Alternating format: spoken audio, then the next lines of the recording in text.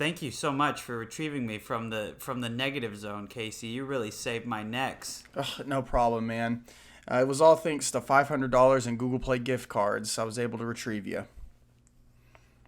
Thank you so much for DMing those people on behalf of my safety. I mean, I think it made all the difference in the world. Yeah, I really do. Thankfully, we can get back to talking about movies now that you're back, safe and sound. Yeah. Whew. It would have been really awkward if we had to continue some kind of ongoing plot on our show, which we have no interest in doing whatsoever. That is so much work. Too much. By the way, how's your evil twin brother who lives in Germany doing these days? He's pretty good. He got locked up for a while. I think he's out now, though. Skiing. Oh, yeah. Just some kind of setup stuff. Yeah, for sure. Out of view, for sure. Out of view. Mm-hmm. Maybe just rumored, who knows if it's true. I mean, there are whispers, in different places, but I don't really think it's anything to be worried about. Speaking of whispers... Mm-hmm. They're kind of like talking, and sometimes talking can be on moving pictures too. Did you catch any of those? That was a real dedication to that little turnaround there. It's like 6 degrees of Kevin Bacon, but for mouth sounds. Yeah, dude. I watched a bunch of stuff. Since we took a hiatus. Oh shit. I've got several things, but I'll quickly. There's really only 2 things I really want to talk about. But I will just throw out those other things. Yeah, I'll throw out those. I rewatched the SpongeBob SquarePants movie, which is really good, as always. Yeah, it's still so funny. Actually, it is. I hope that there's not any kind of camp of people who are like, oh, SpongeBob, the old stuff isn't as funny as you remember, because I mean, it genuinely 100% is timeless. I agree. It's very funny. And then I watched Jennifer's Body. I don't have too much to say on that you already didn't say. But I will say it is a really fun movie to watch. It's not boring whatsoever. No. It's just really entertaining, and it's just fun. Jennifer's Body was fun. I agree. I concur. I also watched The Raid, which is The Raid Redemption. Damn, I need to see that. Bro, it's crazy. It is very, very fucking crazy. Non-stop fucking violence and some really kind of cringe moments where you're like, ooh, the dude died like that. That was real cringe. But the story isn't the best. Really, you really come to this movie just to see the fight choreography, which it definitely does deliver. The action set pieces are amazing, and it all takes place in these apartment rooms, which is crazy that it's as entertaining as it is. So I highly recommend giving that a watch. Like the dread of action movies. Yes. Wait, this came out before Dread, though, right? This was 2011. Dread was 2012. Yeah. You've got it. You've nailed it. You've cracked the code. We don't need an American remake then, because we've already got Dread. Yeah, but The Raid is just a much, much better Judge Dredd. Oh, you don't like Dread? Like the 2012 one? It's okay. The action's pretty good, but I will say I think just I don't know. I think they're pretty on par. I think the Raid story is a little bit more simplistic than Judge. I think I like the world building of Judge Dredd more than I do of the Raid. The Raid's pretty cut and dry, but if I had to go back and watch action scenes I'd probably end up rewatching more from the Raid, to be honest with you. Right. Okay. But yeah, Judge Dredd's not a piece of shit or anything, but it's just I don't know. I feel like The Raid was better done, but For sure, man. Yeah. Hey, I was just mostly joking about it being on par. Oh yeah, well, But I do really like Dread from what I remember. So Yeah. I was just clearing the record that we Right. don't hate Dread or anything, man. yeah. We want all the Dread lovers to know that we're Dread Dread tolerators. Dread 2, Carl Urban, come back, baby. Yeah, love me some Carl Urban. And just a couple other movies that I watched before I get into like the two I really wanted to talk about was I watched Ghidorah, the Three-Headed Monster, his first Godzilla appearance movie. That was really fun. And on par with... How old is that? That was 1964. Oh, okay. Yeah, so the Showa era of Godzilla. They're all on Criterion and HBO Max, by the way, if anybody's I interested. had no idea they were in Criterion. Yeah. I've seen them on HBO Max from afar, but they seem dense. There's a lot of background there. There is. There definitely is. I was a little confused in this one, but it was still like entertaining, but yeah, Criterion Collection has the entire Showa era of Godzilla films on there, and I think HBO Max does as well. But damn, son. Speaking of like monsters, I also watched Underwater with Kristen Stewart. Never heard of it. Really, it came out in 2020. It kind of flew under the radar. It was one of those like early January or February releases in 2020. Surprisingly entertaining. Kristen Stewart is she's Kristen Stewart. I don't really think there's like not a whole lot about this movie that's just like totally, surprising, I guess. I think it's suspenseful. It is suspenseful. It's not boring. It's never boring. It's just pretty formulaic. I was trying to think. There was something I did like about it. Now I can't. Oh, the deaths. Like it's kind of one of those ones where it's like, hunting them down one by one. The death scenes are freaking great. They're very gory and it's fun to watch. But other than that, it brings Honestly, nothing to that can really save. Yeah. That can really save a horror movie though. Like if you can at least get some like great kills out of it. Like I mean, that's the only reason people show up to like most slasher movies. Is just to see some good kills like that. That's true. Yeah. And it had some good ones. It did have some good ones. But other than that, I watched Dark Waters with Mark Ruffalo, which was great. That's crazy. I won't spoil anything about that. It's based on a true story. And y'all need to watch that shit. That is crazy shit. Crazy shit.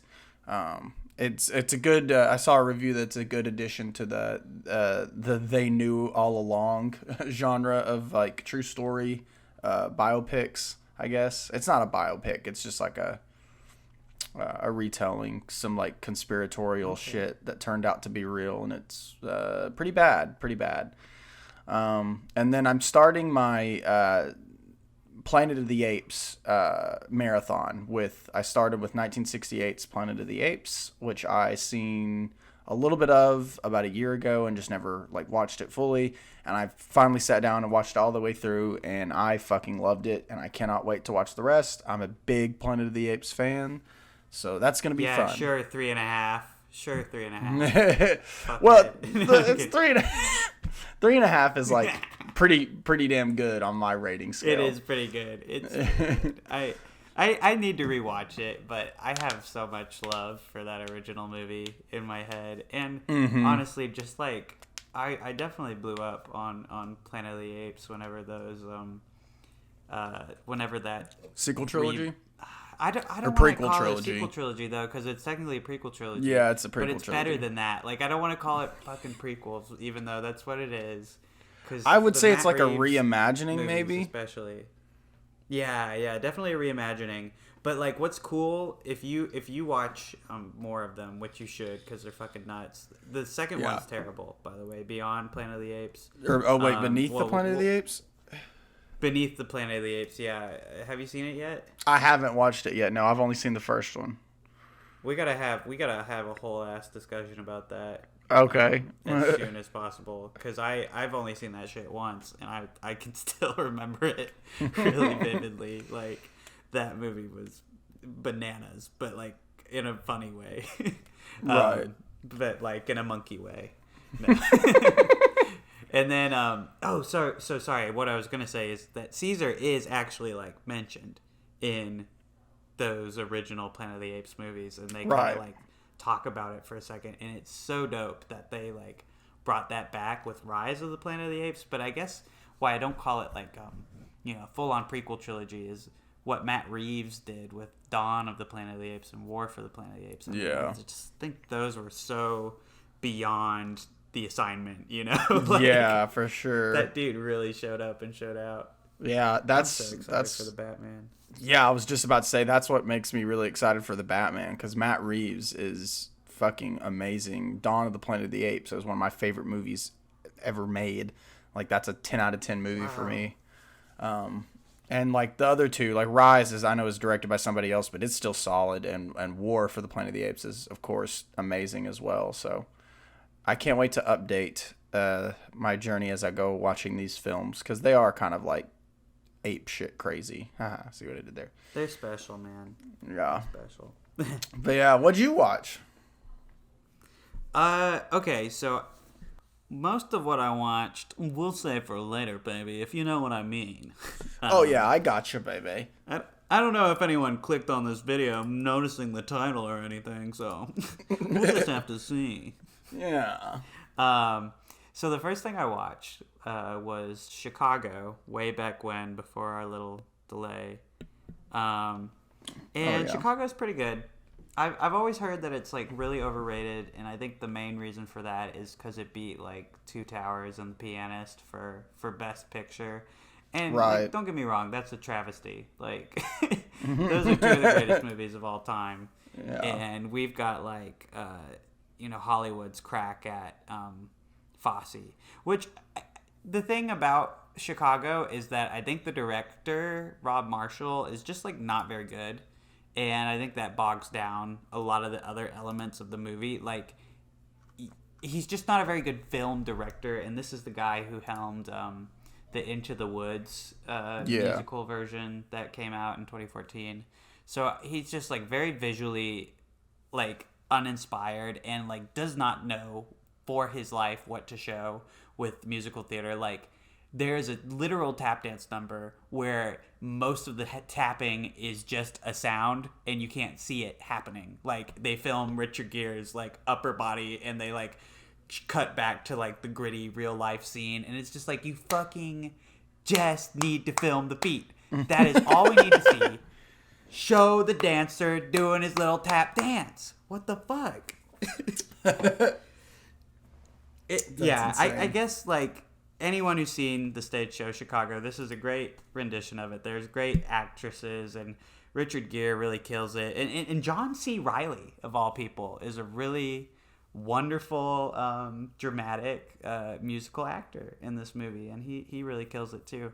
It's just not that great from a directorial standpoint, and Miramax produced it, so I kind of feel like this has got Harvey Weinstein's like, oh yeah, I'll approve of this because it does away with some of the gayer elements of it. Because like for instance, there's a character who was supposed to be played by a drag queen on the original show, and that was always the tradition, and so they've thrown out the drag queen for just a woman.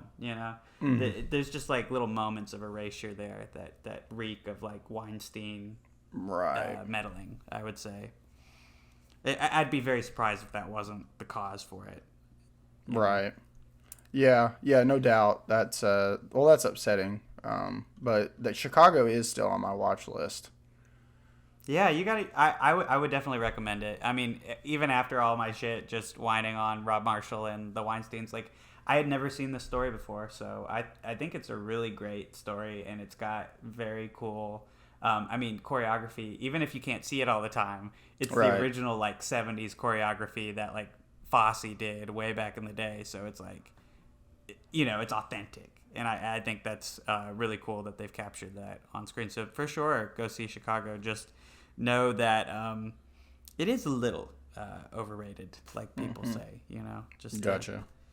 Shit. Sorry. really had no business being in that Best Picture category, I guess. Right. Um, Yeah, Rob Marshall, he Man. did On Stranger Tides as well, and that movie went way over budget and flopped and had no specific vision or direction, and is probably not the worst Pirates, but the second worst Pirates movie. Do you think like is On Stranger Tides the mermaid one, or is Yeah. that the other one?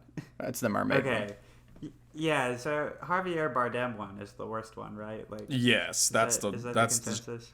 that is the consensus. Yes, that one is the dog shit movie. On Stranger Tides is okay at best. Like, the mermaid plot line is probably the best thing about the fucking movie, but yeah, it's still not. I'm a sucker for scary mermaids. It's still not Gore Verbinski levels of Pirates, which is the golden standard, but you know. Yeah, funny how right after we do that episode that we did last time, Gore Verbinski like blows up on film Twitter. Yeah, For I noticed classic that. scene too. Yeah. I fucking love that scene. And the scene we're speaking of, if you haven't been on like film Twitter before, because it's popped up there like a million times, but it's that British officer, British Navy guy, like walking down the deck, and it's like the ship is being destroyed around him, and he's just walking down. It's in slow motion. It's fucking incredible. Yeah. Like, oh my god. Yeah. One of the most beautiful visuals ever. Yeah, it's so good, and it was the person, one of the tweets about it said back when expensive movies actually looked expensive, and I was like, bro, this is so fucking true. Like, that looks expensive as fuck to film and to do. Like, it's cool. It's an awesome shot. I think about it all the fucking time, honestly. It follows you. It does. I also saw, speaking of some of the most beautiful visuals of all time, I found on film Twitter too this cool little like just tasty little morsel. It's like a underrated like hidden gems YouTube channel that finds like anime films especially, and they dug up Satoshi Kon, who did Perfect Blue. They dug up like a 40-minute space horror thing that he did in the 90s, and it's fucking incredible. Like, literally my favorite piece of space horror I've seen since like Alien. It's perfect. Like, it's just the right length. The animation is incredible. The soundtrack, which I was convinced was like, mostly just classic orchestral pieces, was actually an original score for this 40-minute movie, and it's amazing. It's from the girl who did, the woman who did Cowboy Bebop, Yoko Kanno, so it makes sense because that's one of the most acclaimed anime soundtracks of all time. And Interesting. Yeah, it's perfect. It's called Magnetic Rose. It's on YouTube for free. Like, I can't recommend it enough. It really blew me away. Nice. I might have to check it out and tell you why I hate it. I'm kidding. No, okay. I think that you would like this one a lot more because the narrative is a bit more straightforward, Like, I think you thought that was a little bit obnoxious about Perfect Blue, the cutting around and stuff. Yeah, pretty much. But you like the visuals, right? Yeah, the visuals were great. Okay. Obviously, like, the art style is unrivaled. If you need some fucking just awesome eye candy, if nothing else, watch Magnetic Rose on YouTube. It's incredible. I also watched a movie that I've been meaning to watch forever because it's from the guy who did Green Room and Murder Party, which are movies that I both like a lot, even though they're kind of deeply flawed. He did a movie in 2014 though called Blue Ruin, and this is on my watch list. Yeah, it's been on my watch list forever, so I'm glad I finally fucking watched it, because holy shit, it's so good. Like, this is best outcome for a movie funded by a Kickstarter, too. Like, that's just incredible to me, also. Wow. It's just a real like and I mean real. Like it feels very grounded. It's a revenge tale, and it's pretty brutal. Like I'll just say, like, with Jeremy Saunders movies, he always writes and directs, and his characters always make choices that, like, a lot of people will probably watch the movie and say, oh, that was a fucking stupid choice. But what I love about it is it always feels remarkably like a human being would make decisions in real life. Like, I feel like we definitely just make decisions that are bad sometimes, especially when we're under stress.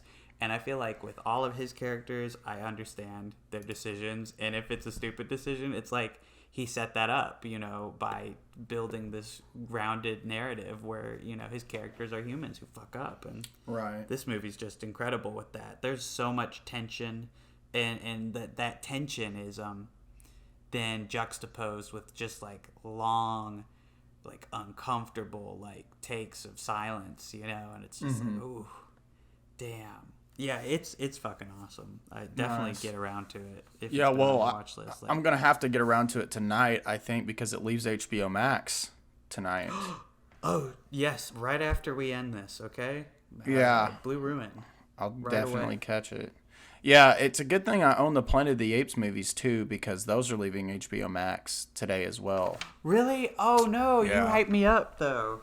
I know. I have them, though, if you have a DVD player, if you want to borrow them. Yeah, it's called the Have all the PlayStation 4, Casey. I have Okay, a yeah. DVD player, for sure. I have an actual DVD player. Dope. I gotta get you Panic Room back, bro. Oh, Did you yeah. get that finally? No, I got it finally, yeah. Okay. Whew. Yeah, you That still was have that was a arc. Yeah, you still have the parallax view, I think, though. That's the one We'll watch it criterion. tonight. Okay, I promise. I promise. Just okay. quit bugging me about it. Huh? Have you even read Watchmen, you son of a bitch? No. That's okay. But speaking of comic books, well, not yet, though. Not yet. Okay, I'm going to go yet. fast. I'm going to go so fast. That's I okay. watched Fantastic Mr. Fox and Grand Budapest Hotel. I don't know why. We were just...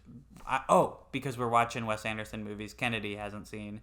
And I've got to say, these are both, like, top contenders for my favorite. Like... Right. They could steal it at any given point. And I need to see Zissou again because it's been a bit, and I want to see if it holds up like I remember it. Because maybe it wouldn't feel as charming as it used to me. I don't know. Let's find out sometime soon, huh? Yeah, figure that shit out. Yeah, I'll figure myself out, man. Don't you worry. Okay. You clean your own mess. You clean your own room, damn it. Alright. Damn. Don't you bring that emotional shit to Mind Over Movies. Okay, sorry. One more movie. Good. Yeah. This is related to our main topic too. I rewatched Tim Burton's Batman. Yes. Goated. And yeah, honestly, goated with the sauce for sure. For sure. Goated with the Joker gas. I just really enjoyed this movie, but definitely didn't love it as much as I remember loving it. Like, this used to be a 5-star in my head, like, no brainer. And this time watching it, I think what impressed me the most was just, like, Burton's vision of Gotham and this character. Like, I really love how Gotham just has, like, these absurd, like, gargoyles and shit, and it looks so gothic. Like, I just love that. It's gothic as hell. The city. I think it's my favorite take on the city of Gotham because Nolan's take is just very much like Chicago. Yeah. Like, they modeled it after New York and Chicago. Like. Yeah. Yeah, and I like how in Batman Begins, Nolan's vision for Gotham was like CGI shit. Yeah. That monorail looks fucking awful. We'll get there. I'm sorry. I'm jumping ahead.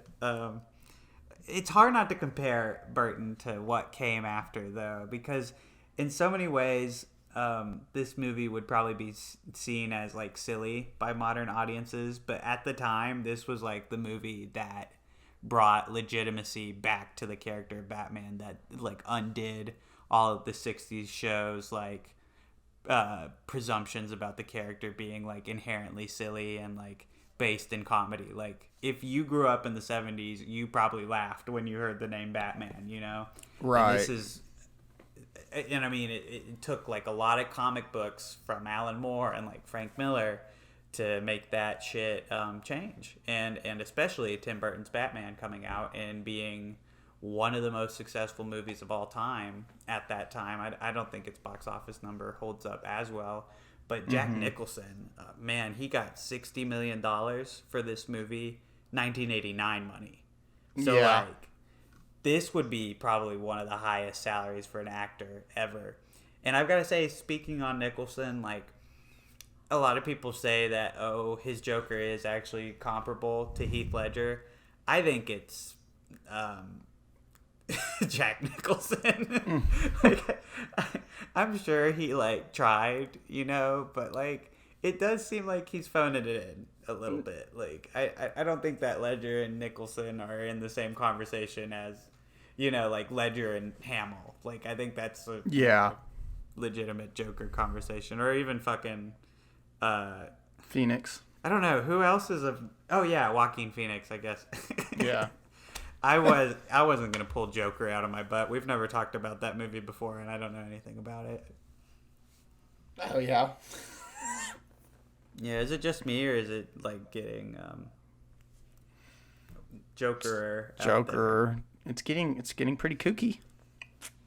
It's getting pretty Joker out there. I don't think I have anything else to say about Burton's Batman right now, other than like, I think honestly, it probably is better than Batman Begins or Dark Knight Rises, but like I think I enjoy those movies, well, Dark Knight Rises a little bit more, because it just like feels more complete. Like I don't know, the characters here need some work. I think also that it's a lot more blatantly sexist than I remember it being. So, right. Whoops. Well, like that's a whole plot point. Yeah. Yeah, was it with Vicky Vale? Well, with her like reporter coworker, he's like her introduction to the movie is him going, "Whoo, look at those legs." Oh yeah, true. But honestly, Vicky Vale, a better character than Rachel Dawes, and I stand by that. Yeah. And we'll talk about that. Vicky Vance doesn't fucking Vicky Vance. I just said Vicky. Oh my god, that's Vicky Fallout Vance. New Vegas. Wow. That's from Fallout New Vegas. For you. Just delete the podcast. Just take it off the web. What was her fucking name? I literally just forgot it. Kim Basinger? Vicky No, Vale? Nikki Vale. Yeah. Vicky Vale. Vicky Vale. Fucking hell. Nikki Vale? Where are you getting this from, Casey? I don't Are you having a fucking stroke right now? Probably. What's your name? My name is Dylan Harbinger. Okay. Okay. So he's not having a stroke. No. We've completely derailed this. Well, that's it for this Speaking week. of No. derailed, you know, Christopher Nolan once derailed Gotham the train. City when making The Dark Knight. That he did. And that's the topic. I've really derailed everything. Nolan derails Batman. Ooh. Okay, there we go. That'll be the title. The Dark Knight trilogy overrated? Wait, yeah, your title's better. But that could be an alternate title. And also the question that we're addressing. Yeah, we're gonna break this down to its very simple components, and we're gonna science the shit out of it, and we're gonna come up with a clear, definite answer for you viewers today to the question: is Nolan's trilogy overrated? Let's just get into this. No, it's not. That's just cool. remember, it's objective. Yeah, it is objective, but yeah, it's not. So we can just go ahead and end the episode here, Isaac, if you want to. Okay, yeah, let's let's go ahead. Just kidding. We're back. Hey, we like the jokes sometimes. What are we? Just a couple of jokers. 2019 out here. A couple of jokers. 2019. Maybe we're like the Dark Knight Joker 2008, you know? Maybe so. So yeah, I mean, not to kill the suspense, but like this is a question that's asked a lot, but I think that people can kind of answer it for themselves. No, but also yes. I don't know. That's how I feel about it. Genuinely. Okay. Because like I think that what attracts everyone to the Dark Knight trilogy is the Dark Knight, you know? And I mean, that might be obvious because it's the way the trilogy is named, but it's like that really is what drew everyone in. Because, I mean, when Batman Begins came out, it was like a moderate success at the box office. It only made like $300 million worldwide or something like that. It was kind of crazy that it didn't like blow up like they were probably hoping. But Dark Knight made like $1 billion at the box office, which is insane. Yeah, it made it. It's got its spot somewhere on the most on the box office, like the top most biggest. What the fuck, dude? I am having a stroke. What's the word? One of the most highest grossing. Highest grossing. There it is. Jesus. Yeah, there we go. Oh my gosh. It's in at least like the top 50 or whatever in that list somewhere, and I'm sure at one point it was way higher, But yeah. No, Batman Begins though didn't even make as much money as Batman from 1989 made. So I guess this really does show like maybe audience hesitancy about the character of Batman coming back at the time. Yeah. So I think this is why Nolan's trilogy gets overhyped sometimes in my eyes, is because people come back to The Dark Knight and they look at its credibility as like a legitimately like good movie, and they apply it to Dark Knight Rises and Batman Begins and like these kind of revisionist conversations. But like The Dark Knight is the way it is because Batman Begins is kind of like a failed experiment of a reboot. Like didn't particularly gain like a lot of box office dollars to convince Warner Brothers that like Batman was a safe investment. Like it kind of proved that people still thought of the character as a silly, goofy George Clooney type character. And when he came back, I mean, we still had a lot of silly shit going on in Batman Begins, like the fucking Scarecrow fear scenes and like all the one-liners and stuff, and that terrible fight cinematography. Like, I don't know. I think like the Dark Knight is a direct criticism of Batman Begins, and it's like we're trying to play it straight now. I mean, would you? You said it was kind of like a failed experiment. I don't think it was, because it still allowed him to greenlight The Dark Knight. And until Batman Begins came along, like, yeah, you're right, we still have like the weird Scarecrow sequences. But Scarecrow had never been...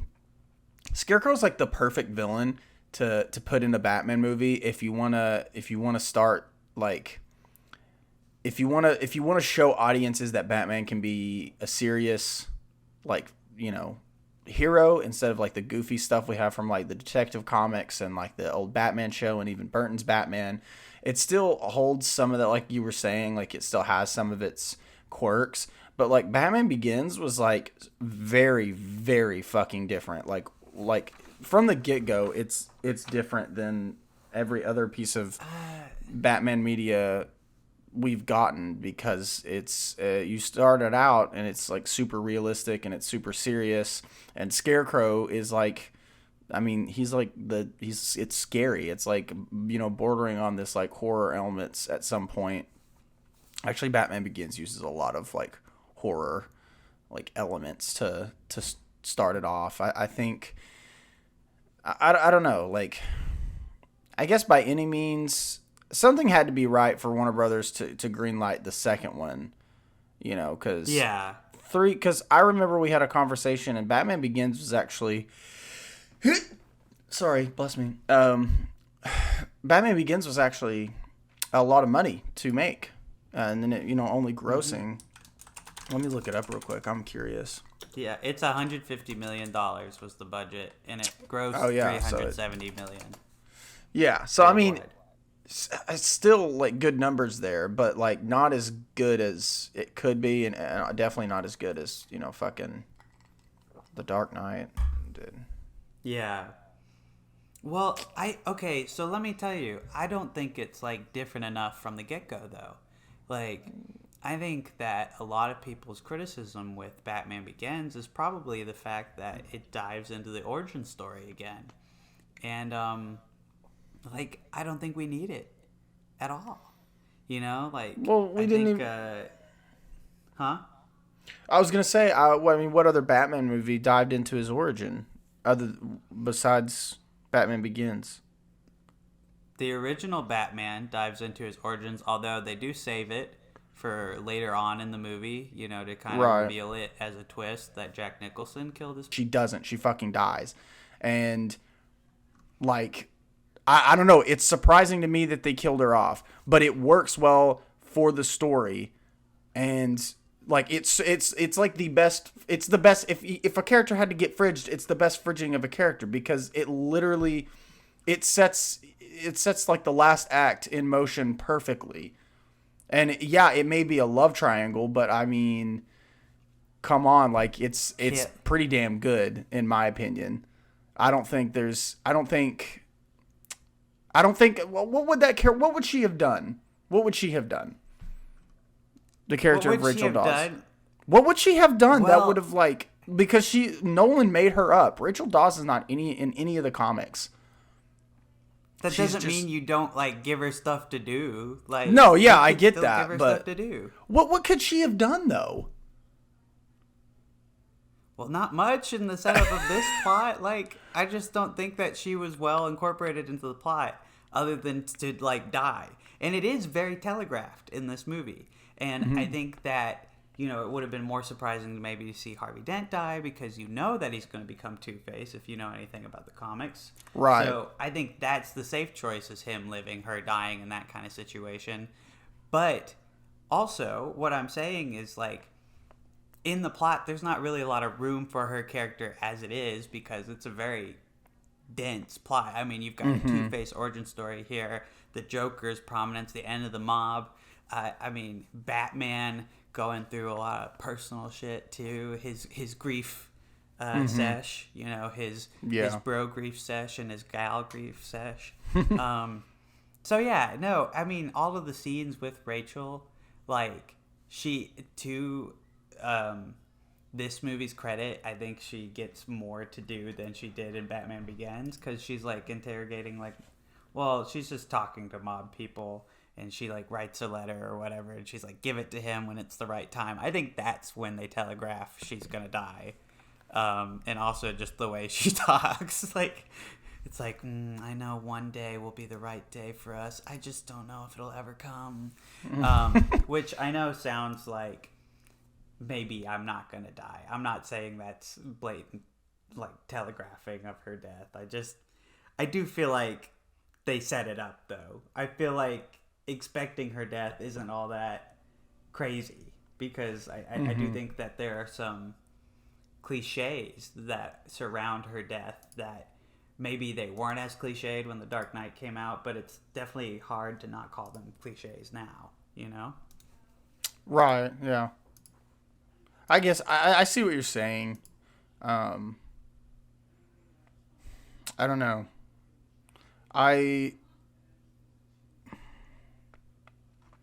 don't want to like say that she wouldn't have like that they couldn't have written her a better part, but I just don't see how the movie could have reached the climax that it did if she would have lived.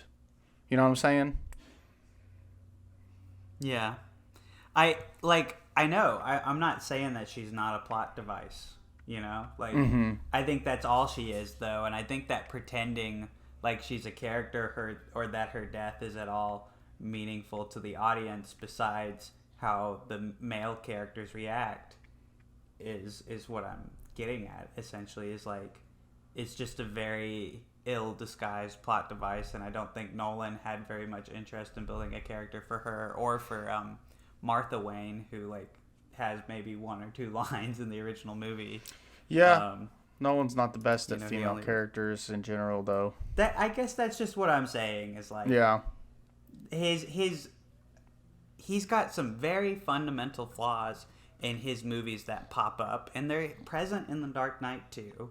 And I think another thing about this movie is that it's much more of a Saw movie than people talk about. Like, almost every other scene is like another Saw situation. It's like, who are you going to save from the bomb? You only have time to save one. Or, ooh, a bomb is on each boat, and these are a prisoner boat, and this are a normal citizen boat. And then there's like, ooh, kill a guy, or there's a bomb in the hospital. Like, there's a lot of bombs in this movie is all I'm saying. And then to top it off, there's a lot of bombs in the next one. Right. And to top it off, it was a bomb in Batman Begins.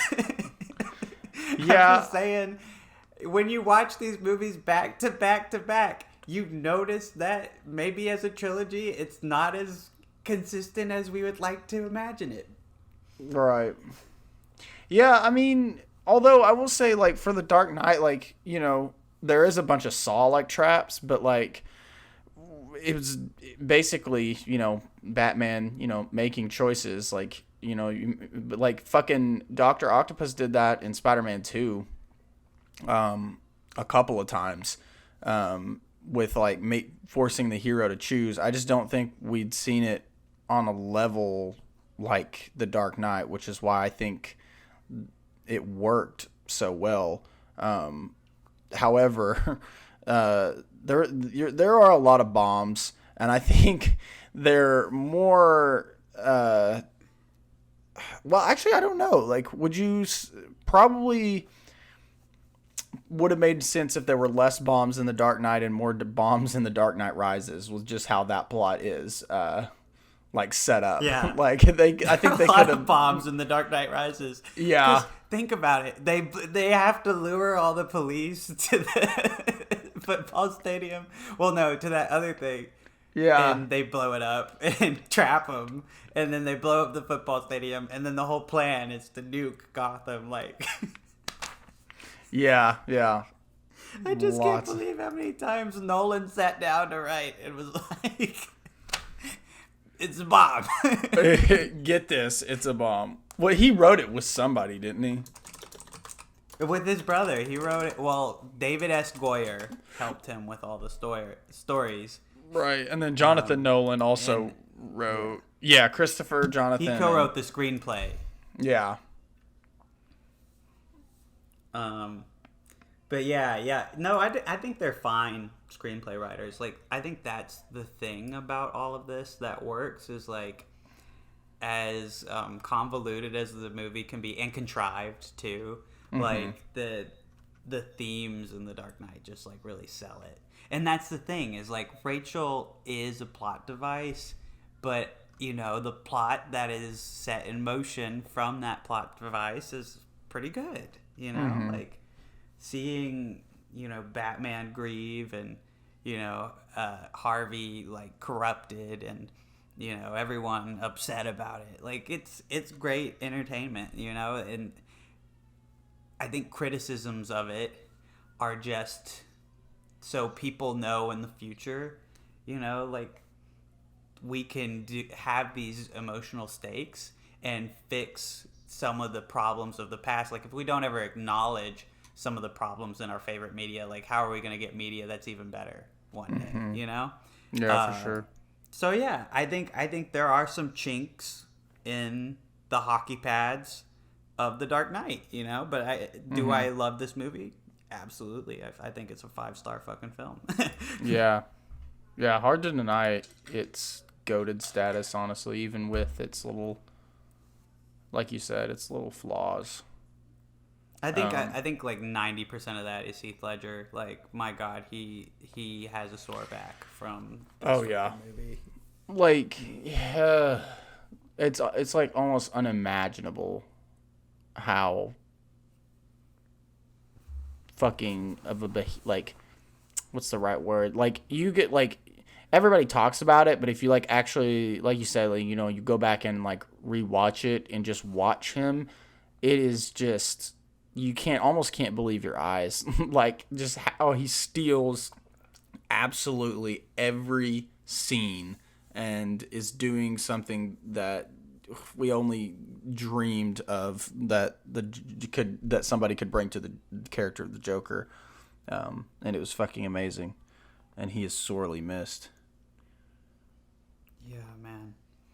Oh my gosh. I mean, I all the time think about another world where, you know, he got to live and see just like how positive the reaction to his performance was, you know, and grow from that. Like, I know he was probably in a really dark place when he went, so it's just like so sad to think about, you know, just how instantly beloved his performance was. And I mean, it's something that no one ever like critiques, you know, even though there's some stuff you could like zero in on, like, oh my gosh, he sure does lick his lips a lot. Like, no one did that with this movie, you know. Everyone was like, this is fucking awesome. It made his performance made PG-13 feel like R. Yeah. You know? Yeah. It definitely did. It brought a whole another level of weight to the film and to the character. It's absolutely amazing. Love it. But now let's talk about the Black Sheep. The Black Sheep. That's not what it's called. No, that's not what it's called. It's called Dark Knight Rises. Yeah. What you rewatched it. What are you thinking? I actually like, I love it. I don't know. Like, I think of it so fondly. Like, in my head, I just think of that like last scene with Joseph Gordon-Levitt in like the Batcave and stuff, and it's all open-ended and sweet, and I don't know. I get warm feelings about this movie because I think that it's one of those rare instances where like the action blockbuster trilogy like got to wrap up in actually kind of a sweet way, you know. So it's refreshing to think about that. But the movie itself is a goddamn mess. Yeah. Like, coming from The Dark Knight to The Dark Knight Rises has got to be one of the strangest like sharp dips in history, you know. Like, you go from like a 10 to a 6 real quick, and it's apparent from the beginning. I don't know how to describe it other than, well, not from the immediate beginning, because the plane shit is awesome, don't get me wrong, for sure, but like I would say even the way like the shot of Gordon talking at Harvey Dent's funeral, and even the speech itself, there's just something off right off the bat. No pun intended, but it's like it doesn't feel the same, and it never reaches the Dark Knight's heights, which is why I think it's such a strange experience when you watch it in quick succession with the other movies. I think it's definitely best enjoyed when you haven't seen either of the any of the movies in a while, and you're like, I feel like watching The Dark Knight Rises. Like, that's the best context, because then you can remember all the stuff in the past like fondly and incorporate it into this movie, and you don't have to stare the literal masterwork of The Dark Knight in the face and then look at this, you know. Right, yeah. Yeah, it's kind of a ridiculous mess. Just like, well, I mean, okay, so I don't want to like dog on it immediately. I will say, I think the character of Bane, I think Nolan's Bane is really good. Because not necessarily his like arc in the movie. I think his character kind of gets fucked over in the last act.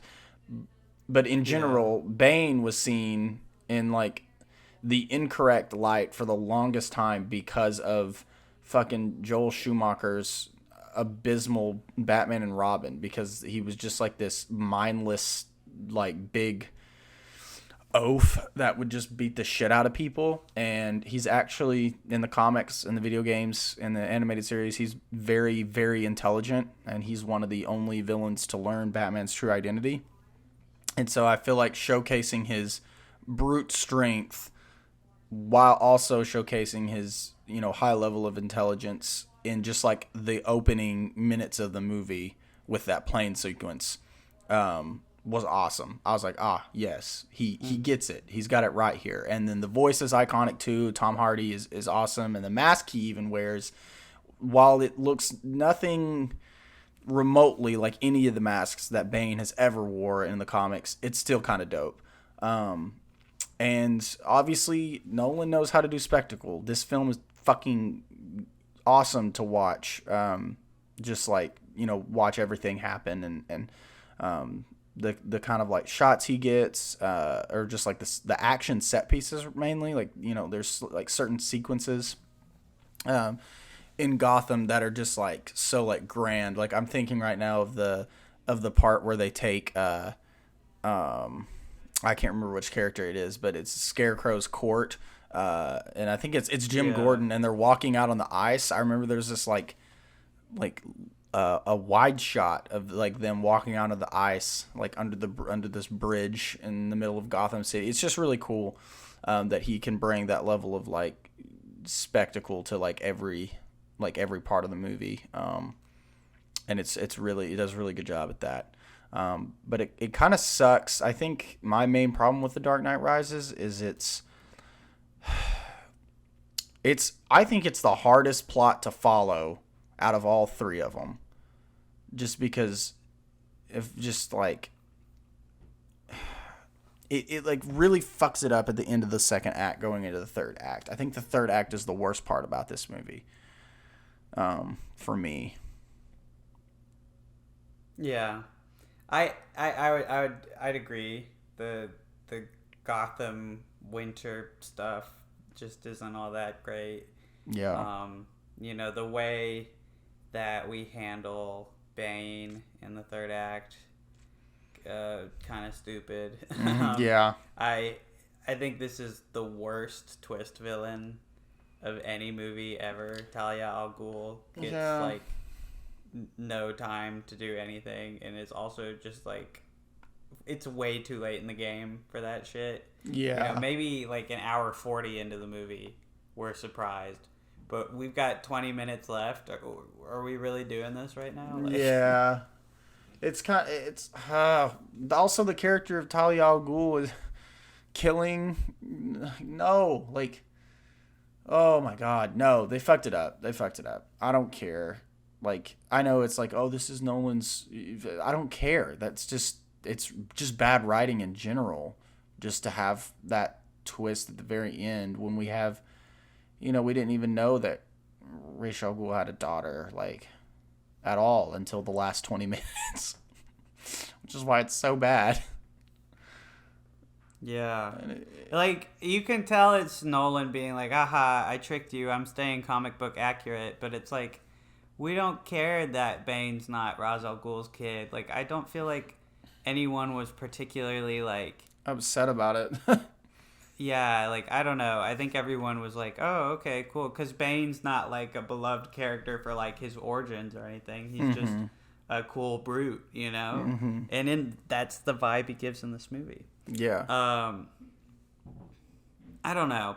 I think the strongest aspect of this movie is, like, the fun elements that they add in. Like, Anne Hathaway as Catwoman is great. I really love that character in this movie. I think she's a great addition to this universe, and I think it's like you get to have that fun of the older Batman eras without getting like too silly, Yeah. Like, I dig it. I think it's silly how she gets like a suit like his and stuff, but like, yeah, it looks cool. And also Joseph Gordon-Levitt's really charming in this movie. I just really like Joseph Gordon-Levitt, so maybe it's bias. But I thought like, oh, that's dope. And I just really like the way they do it, and he's set up to take over in the ending. I think the last like 5 minutes of this movie are so nice. You know, they're just so really. It's like a warm hug from a blockbuster movie. Right? Yeah, for sure. It's Michael Caine tears could like bring back a puppy. You know, right, That's right. what I've heard. I also heard the same thing. I think. Can you Do what? Sorry. Can you do your best Michael Caine impression right now? I am an actor. And I have just killed Kermit the Frog.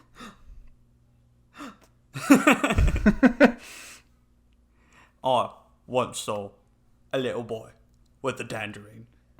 And then one day he had a diamond. We burned the whole forest down.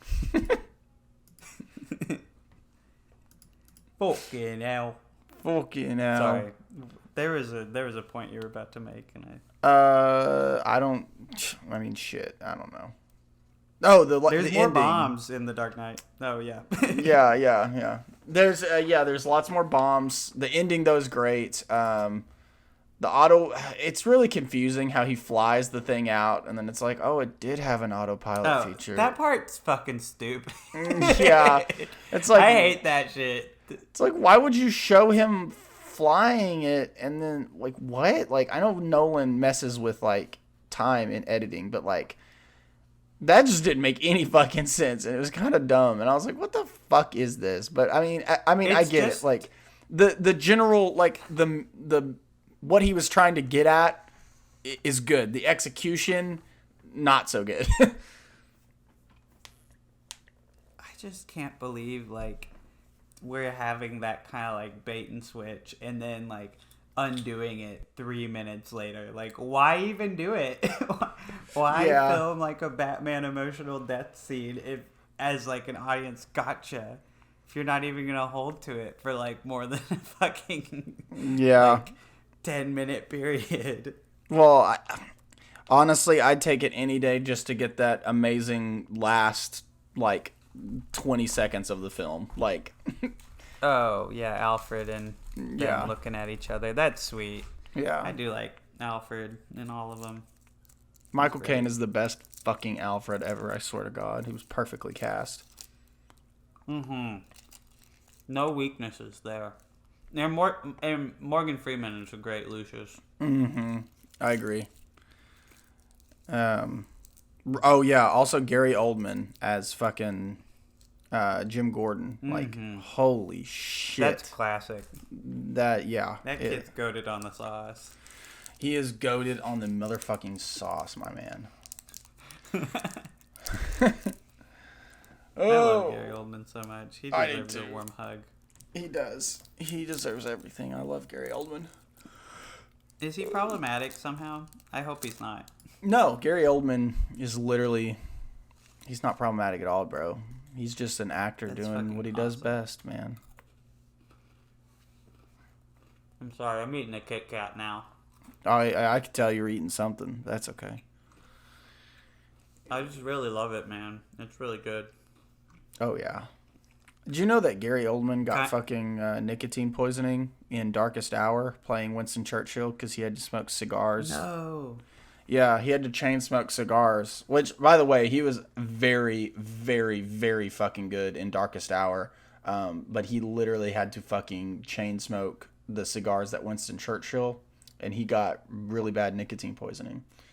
So, during shooting. But that's a pretty good movie, too. It's just kind of slow. It's just literally Winston Churchill talking to his peers and everything and trying to make a decision on like Dunkirk for the longest time. Isn't it kind of funny how Gary Oldman and Christian Bale are kind of in the same phase of their careers right now, which is desperately trying to win Best Actor by playing characters that require a lot of prosthesis. Yeah, what was the last thing Christian Bale did? Oh, Ford v Ferrari. Oh. Yeah, but I guess I was thinking more about Vice, like how he put on like all that weight for Vice. Oh, yeah, Vice. Fucking Adam McKay. I stopped watching Is Vice. the Adam McKay Batman trilogy gonna happen? If they have a fucking Adam McKay Batman trilogy, I'll probably fall over dead. I'm not gonna lie. With excitement. With ire. It could be like Leonardo DiCaprio as Batman. I'd rather and Steve Carell is like wearing like heavy makeup too. I'd rather them not. Jennifer Lawrence, Catwoman. I don't know about that. I think this newest casting of Zoe Kravitz as Catwoman is pretty good. Oh my god, that's such good casting. Yeah. I'm so excited to see that. Same. Just the casting on the Batman alone is just amazing. Oh yeah. I cannot. Also, wait. sorry we never put a little bow on our Dark Knight trilogy conversation. It's just like they're always gonna be remembered fondly, you know. Yeah. And I think that it's just a little bit silly to call that whole trilogy like the best movies of all time, and like to see IMDb ratings for Dark Knight Rises and Batman Begins put them in like the top 250 movies of all time is a bit silly, that is a bit silly. I would put The Dark Knight up there, but I wouldn't put the other two. But yeah, like as a whole trilogy, there have been worse trilogies and there have been way worse like superhero trilogies, and as far as trilogies go, this one's pretty fucking good despite the flaws. This is my favorite superhero trilogy, to be honest. Like, yeah, you know, I rewatched the Spider-Man trilogy, and like Raimi's trilogy is great. I don't know. I have a soft spot for these Nolan movies, regardless of like all these flaws that I'm noticing. I take them less seriously as movies, but I love them personally. You know? Right. Yeah. I agree. They're great. They're great. I don't think they're overrated. I really don't. I think some people overrate them, but in general, I don't think they're overrated. I think we pretty much recognize their flaws and their strengths, and they're good. I like them. I'm gonna sneeze, maybe. Okay. Sorry. I have the gift of prophecy. I just knew I was going to. Oh, nice. Somehow. Oh. Well, I'm getting a call. Oh my god. Dude, you will never believe who's calling me right now. Who is freaking calling right now? My brother from Germany. Oh. Put him on the phone. Put him speaker. Here, hold on. All right. Hello? Hello, are you the evil twin? Ja, bin ich. Oh, zum Teufel ist Cassie. I'm here, bro. I'm with my friend Isaac. We're doing a podcast, man. Ich weiß nicht, wer dieser Isaac ist, aber ich komme herunter, ein paar Dinge in Amerika zu tun. Hey, don't try. Are you setting up to murder anyone anytime soon? Yeah, we've been hearing are you setting that up? Sag ich dir nicht. Und selbst wenn ich es dir sagen würde, würdest du immer noch nicht den immensen Umfang und die Macht meiner bösen Vision wissen. Die Schrecken, die sie und ihre Familien schärfen werden, sind unglaublich duster und erschreckend, wenn man nur daran denkt. Oh no, he's totally setting that up. That's not good. He's saying it like he's not setting it up. He's definitely setting up a murder. Nein. Nein. I guess we'll have to find out about it in the sequel. Isn't that right, Guten Lacey? Yeah. Oh, he hung up. Oh shit, that's concerning.